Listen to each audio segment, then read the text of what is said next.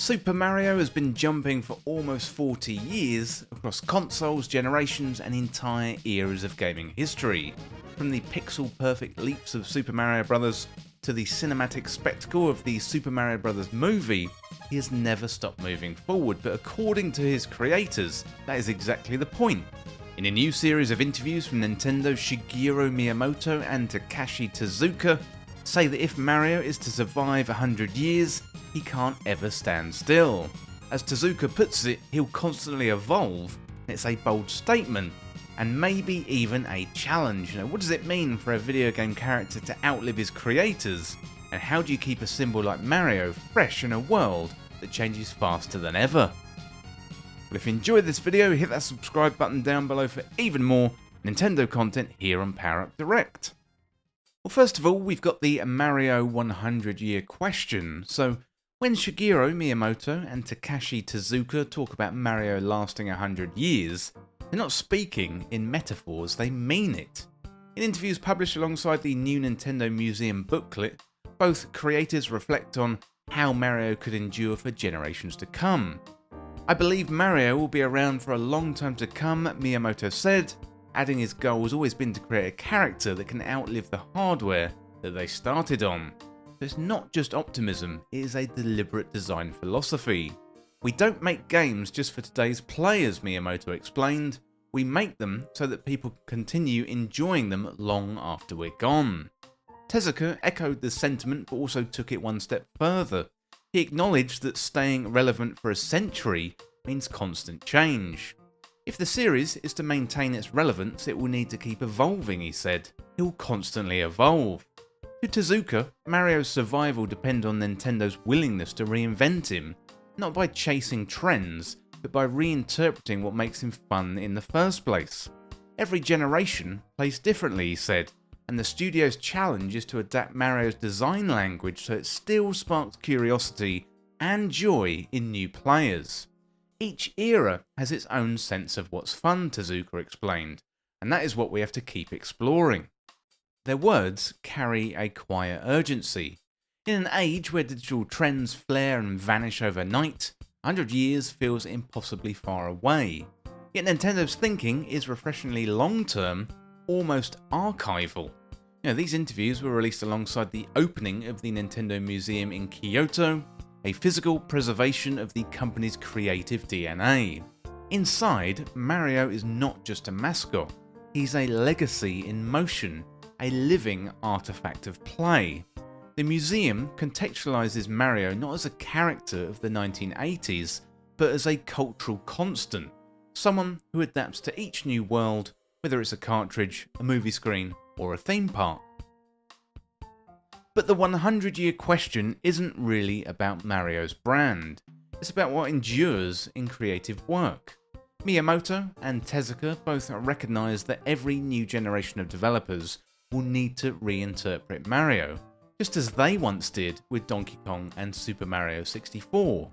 Their hope is that future creators will treat Mario not as a product to preserve, but as an idea to be reimagined, a symbol of joy, simplicity, and curiosity. As Miyamoto put it, "We're not trying to make Mario realistic, we're trying to make him feel right." That philosophy, valuing emotion over realism, play over spectacle, may be the key to Mario's immortality. So the question of whether Mario can reach 100 years becomes a question about Nintendo itself. Can it keep evolving without losing its heart? Can it protect that unmistakable sense of fun across generations, cultures, and technologies yet to exist? For Miyamoto and Tezuka, the answer is less about prediction and more about intention. Next up, let's have a look at the secret of longevity. So for Shigeru Miyamoto and Takashi Tezuka, Mario's ability to endure isn't built on nostalgia, it is built on feeling. So when Miyamoto talks about Mario, he doesn't speak in the language of technology or market trends. He speaks about emotion, about joy, surprise, and rhythm. In countless interviews, including these new reflections from the Nintendo Museum, Miyamoto repeats a simple idea: fun comes first. "We make games so that people can enjoy them long after we're gone," he said. "It's not about being realistic or being impressive, it's about feeling right. Every Mario jump, every bounce off a Koopa shell, every satisfying ding of a coin is part of a pursuit of timeless fun. That is what keeps Mario alive, not his look, but his movement. Takashi Tezuka shares that same philosophy, but frames it in an act of renewal. If the series is to maintain its relevance, we'll need to keep evolving, he said in recent interviews. To him, evolution isn't just a business strategy, it's his creative responsibility. 100 years from now, the children who meet Mario for the first time won't be playing the same games, or even using the same devices, but they should still feel that same spark of joy. Each generation has its own sense of what's fun, he explains, and that is why we have to keep exploring. This belief guided Nintendo for decades. Don't preserve Mario in amber. Let him breathe. Let him grow with the people who play him. And what makes this approach so powerful is the humanity underneath. Many companies talk about innovation as if it's bigger graphics or faster processors or cinematic scope. But for Nintendo, innovation means something smaller. A tweak to how Mario turns mid-jump, or how his hat moves when he runs. It's the small human details that make a world feel alive. Miyamoto once said that his goal was to make players smile in surprise, and not to overwhelm them. That same principle still drives Mario today. Each reinvention, from Super Mario 64 to Odyssey to Wonder, it's not chasing modern trends, it's rediscovering simplicity.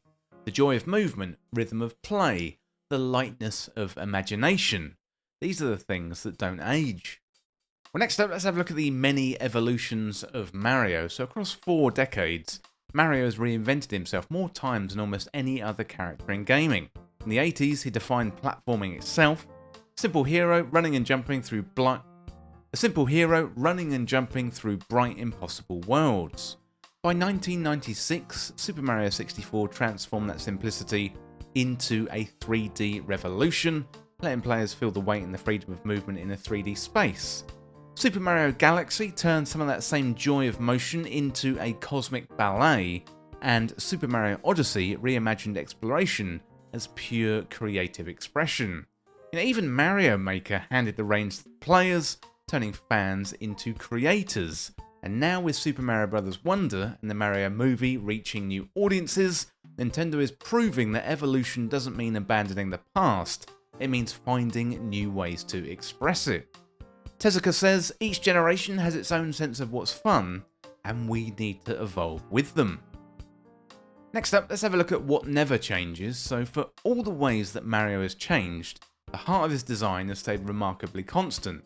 Every jump, every coin, every flagpole still carries that unmistakable sense of optimism, a kind of cheerful determination that's become Nintendo's creative signature. Miyamoto has often said that when people see Mario, they should simply feel happy. That's why his games are easy to understand but endlessly rewarding to master. It's why a 5-year-old and a 40-year-old can both pick up a controller and feel that same spark of joy. No matter how much Mario evolves, new art styles, new worlds, new players, that feeling is sacred. Beneath all the innovation, the soul of Mario remains unchanged: movement, discovery, and joy. Finally, let's have a look at the future of Mario. Looking ahead, Mario's evolution is already expanding beyond the screen, with Super Mario World bringing players inside his world, and the Mario movie reaching millions of new fans, and the Nintendo Museum preserving his history. Nintendo is carefully building a legacy that extends far beyond gaming. Tezuka says that Mario is going to continue to evolve with the times, but what is striking is about how confident they both are that his heart will endure. In a world of constant reinvention, Mario's future might not be about the next console or the next power-up. It might be about how people connect to him in entirely new ways.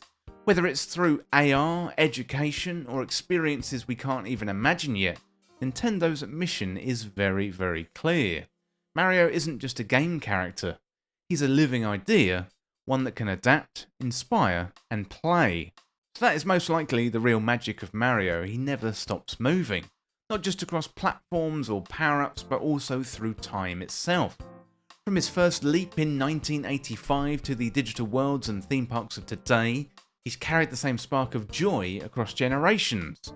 Miyamoto and Tezuka may not be here in 100 years to see where Mario goes next, but their philosophy, that spirit of constant evolution, is going to keep him alive. Because Mario isn't defined by the era that he's in, but by the feeling that he creates, that simple, wordless thrill of pressing jump and seeing what happens next. And if that feeling endures, then maybe Mario really can last 100 years, not just as a character, but as a promise of play that never gets old. Well, that is it today for my look at whether Mario can endure for 100 years. And let me know in the comments what you think. Let me know your favourite Mario game. Let me know an early memory about you and Super Mario himself. I would love to hear what you think down there in the comments. But that is it for this video today. And thank you so much for watching or for listening. Don't forget to hit that subscribe button down below for even more Nintendo content here on Power Up Direct. Thanks again, and I shall see you real soon.